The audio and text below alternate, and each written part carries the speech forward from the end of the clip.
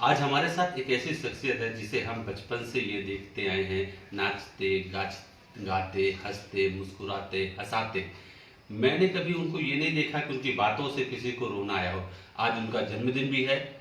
सीधे बिना किसी देरी के आपको उनके साथ दे दो। हमारे साथ मौजूद है अनूपपुर के आइकॉन कहे जाने वाले और खासकर युवाओं के बीच काफी लोकप्रिय हैं पवन छिब्बर जी।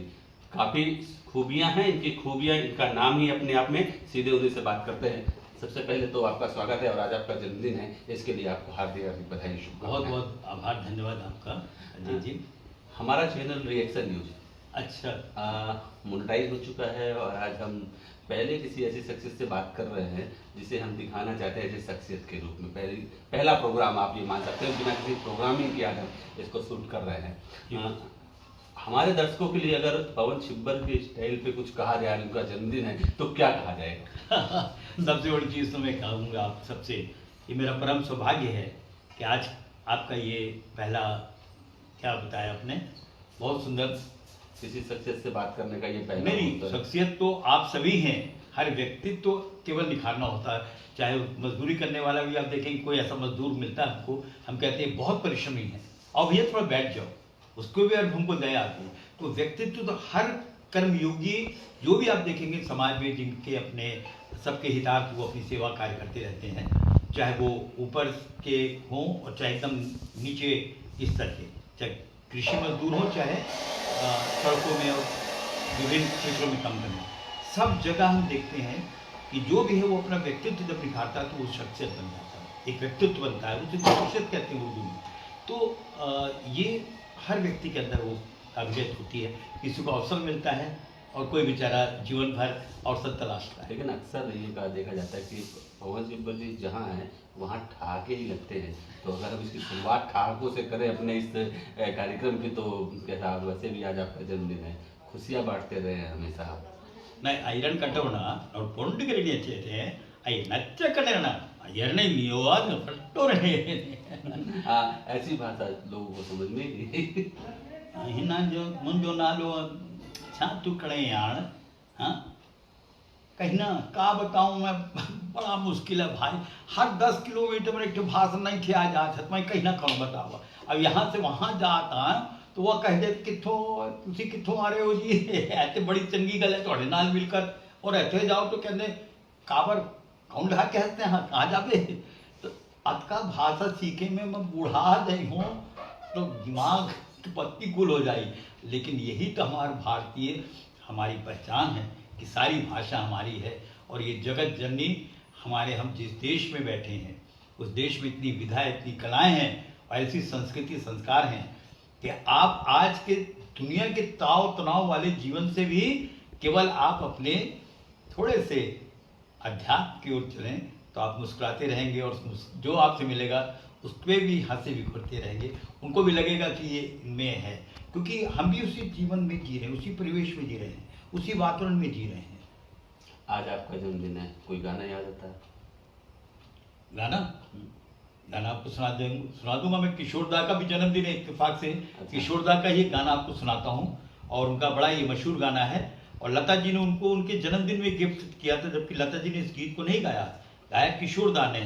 और लता जी ने चुपचाप टेप करके HMV के रिकॉर्डिंग रूम में जाकर स्पेशली ये गिफ्ट करके आए थे और ये गाना आप सब ने सुना होगा, ये जीवन है।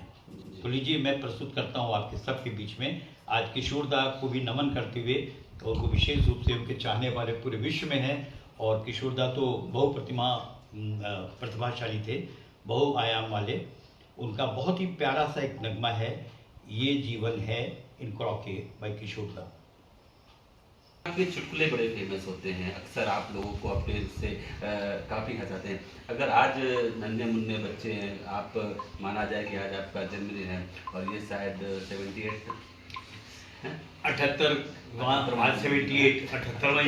जन्म की शुरुआत है। मैंने बहुत उससे अंदाजे में ये बात कही थी, लेकिन वो सटीक निकली कि 78 जन्मदिन है आपका।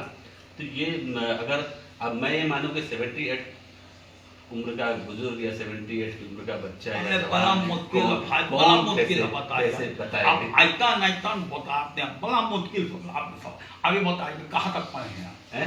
इंटरव्यू ले कहाँ तक में है? पहले अपना बताओ ना भाई, हमारा इंटरव्यू तो कर लेंगे लेकिन अपना नहीं पता। आप कहाँ तक पढ़े ये बताइए हमको। मैं तो आपके सामने कुछ भी नहीं पढ़ा। अरे भाई यही तो मुश्किल है, अब फंस गए तो कटर कर। ये बताइए कितना बोला आपने? 78 हिंदी में बोलिए। 78वां जन्मदिन। 78वां का हुआ अंक का है, जरा बोलिए अंक। पहला अंक का है 7 और 8। 7 और 8 को जोड़ी कितना हुआ? जोड़ो ना भाई। 15।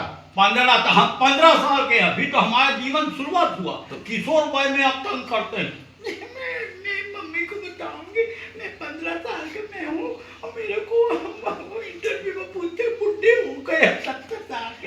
यही आप लोग की कमी में नहीं आऊंगी। अब आज के बाद इंटरव्यू भी नहीं दूंगा किसी को। अब एक 15 साल के बच्चे को बैठा के 78 साल का बोलते हो, आप लोग को खराब नहीं लगता?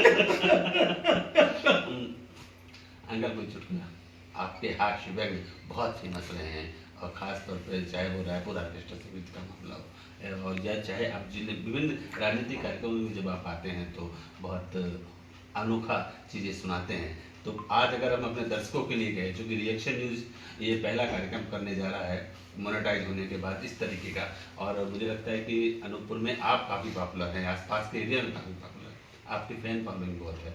तो अगर उनके जीवन में अपने जन्मदिन में कोई गिफ्ट करना चाहें आप स्वयं के जन्मदिन में अपने चाहने वालों को, तो क्या देंगे? अरे भाई मैं क्या बताऊं, मैं छत्तीसगढ़ गया और कौन बनेगा करोड़पति के शो के देखने के बाद मैं एक भाई से पूछा ये कद्दू का रेट देते हो? बोले का कद्दू? मैं कहा एक कुमड़ा क्या रेट देते हो? बोला कुमड़ा दिखा दो। मैं कहता हूँ क्या कुमड़ा नहीं रखे तो क्या रखे हो? हाँ हम बम्बई इसमें रहते हैं, यहाँ वहाँ सब जगह घूमते रहते हैं। ये कुमड़ा कितने का है, कैसे किलो है? बोला कुमड़ा दिखाते 6-8 फीट के लंबा डबका हवे तो लाज नहीं आवत है, तो ऐसा बात करते हैं। हाँ अल्लाह का पहले आँखी दिखा के डॉक्टर के पास जा, आँखी के डॉक्टर के रोगा कहीं के देखो अंगूर लगा थे कुमड़ा दिखाना, एक कुमड़ा दिखाते लंगूर के यार। अरे भाई ये अंगूर है, पत्ता का लंगूर है। धन्यवाद। ऐसी छोटी छोटी बातें करके लोगों से बस चेहरे में मुस्कुराहट है। फिर एक जन को मैंने कहा कि चाय है कि चाय बना के दूं? हर चाय लेगा? हाँ दूध चाय दे। तो मोर हाथ में चाय पत्ती धर दी, हाथ दिखा चाय क्या का चाय? मैं चाय, मैं चाय पीने वाली थी। तब बोला भाई चाय पिलाओ, चाय दे, चाय है तो चाय है। ये पत्ती धर दी मोर हाथ में। कहाँ से पढ़े लिखे लोग आ जाते हैं हमारे गाँव में, अनपढ़ आदमी का मजाक उड़ाते हैं, कहा हम पढ़े लिखे इंटेलिजेंट हैं। तो आपको बहुत बहुत धन्य। रिएक्शन तो एक्शन होगा ही, और एक्शन फिल्मों का दौर भी था तो मैंने बहुत से एक्शन किए हैं। मेरे चाहने वालों ने भी उस एक्शन को देखा है। जानी होश में आ जाओ, हम राजकुमार हैं, जहाँ से हम खड़े हो जाते हैं लाइन पीछे आ जाती है। अरे कुछ नहीं, अंग्रेज के जमाने के जेलर है हम असरानी। अरे इसे कहते भैया, मैं भी सूरमा हुआ नहीं। Thank you. बहुत सारे लोगों के राजनीतिक लोगों के नाम आवाज़ अपनी तरफ से निकाल सकते हैं, जैसे इंदिरा जी हो गई, राजीव जी हो गए या अटल जी हो गए, तो कुछ सुनाएंगे? दीजिए मैं 3 आवाज़ें आपको सुना देता हूँ।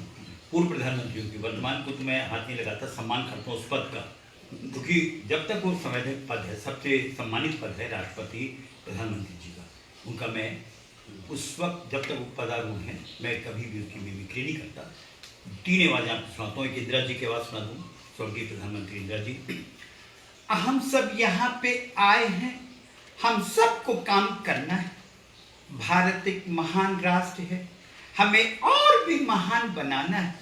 तो यहाँ पे जो किसान हैं, मजदूर हैं, जो पढ़ने वाले कॉलेज स्कूल, यहाँ के जो बच्चे बच्चियाँ हैं, जो काम करने वाले हैं, जो भी हैं, चाहे वो डॉक्टर हो चाहे इंजीनियर हो, मैं कहना चाहती हूँ मैं कल यहाँ रहूँ या न रहूँ, पर मेरे जीवन का और शरीर का एक एक खून का कतरा भी भारत को एकता और संप्रभुता और सबके बाद अखंड भारत को बचा के रखे। जय हिंद, जय हिंद। ये इंदिरा जी की बात होगी। अब आइए अटल बिहारी वाजपेयी। ये अच्छी बात नहीं है, मैं कहना चाहता हूँ हमारे अपने संस्कार हैं, हमारी अपनी संस्कृति है और हम सब भारतीय लोग शांति पसंद हैं और सबके लिए सब कुछ करना चाहते हैं। धन्यवाद। तीसरी बात मनमोहन सिंह जी। मैं जी भारत के प्रधानमंत्री होते हुए ये कहना चाहता हूँ, अभी जो पाकिस्तान के सैनिकों ने हमारे फौजियों के ऊपर हमले किए हैं, मैं जी इसकी भर्त्सना करता हूँ, निंदा करता हूँ। जय हिंद। क्या बात है। वाकई आपका जो पूरा जीवन है वो अनूपपुर के लिए एक आदर्श और धरोहर के रूप में है। आज हमारे चैनल पे आप आए, एक बार पुनः आपको जन्मदिन की हार्दिक बधाई, शुभकामनाएं और धन्यवाद। निश्चित है ये आपकी ये प्रोग्राम हमारे दर्शकों को भी बहुत अच्छा लगेगा। मेरा परम सौभाग्य है कि आपका ये जो चैनल स्टार्ट हुआ रिएक्शन, और उसमें मुझे एक्शन का नहीं बल्कि कुछ थोड़ा सा जो भी मेरे पास था वो देने का सौभाग्य प्राप्त हुआ, और वो भी आज मेरे